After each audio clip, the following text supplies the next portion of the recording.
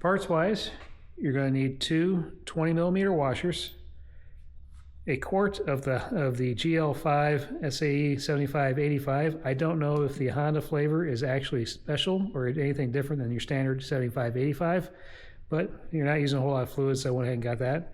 You need 0.58 quarts to fill up the transfer case. You also need a 3/8 drive ratchet or a 3/8 square bit driver to get the plugs off. And that picture is you either need a fluid pump if you want to try to do this job without dropping the transfer case skid plate. If you have a Trailsport model, the other models don't usually have a problem. Or you'll need some sort of nipples to be able to fill put the fluid back in the transfer case. Here we are underneath the 2024 Pilot. We are looking at the Trailsport model here in front of us. To access the transfer case to make it easier to fill up, as well as to access the transmission to change out the fluid, you need to drop the skid plate. The skid plate has 7 bolts. All of them have a 14mm head on them. There are 2 at the front, 1 on the passenger side, and 2 on the driver's side.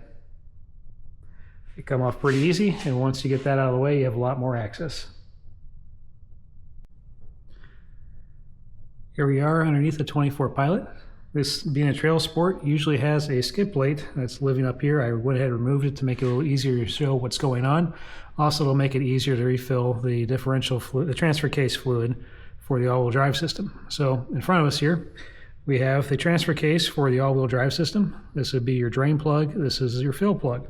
Always make sure you loosen your fill plug before opening your drain plug and pulling all the fluid out. Because if you pull this out, remove the fluid, and you can't get your fill plug open, then you're in for a bad day. Both of them take a 3/8 inch square bit driver, or if you just want to use a regular 3/8 inch ratchet to open them, that works just as well too. Make sure you use the crush washers as mentioned previously, or use fresh crush washers as mentioned previously to ensure it doesn't leak. All right, I struggled filming this, but with your standard little doohickey from the automotive store to get the little nipple on top and the transfer case skid plate removed, there is more than enough room to fill this up without having to use a fluid pump. So that's kind of nice. Again, it takes a little bit more than a half quart of oil. Once it's filled, you put your fill plug back in, wipe off anything that dripped out, and call it a day.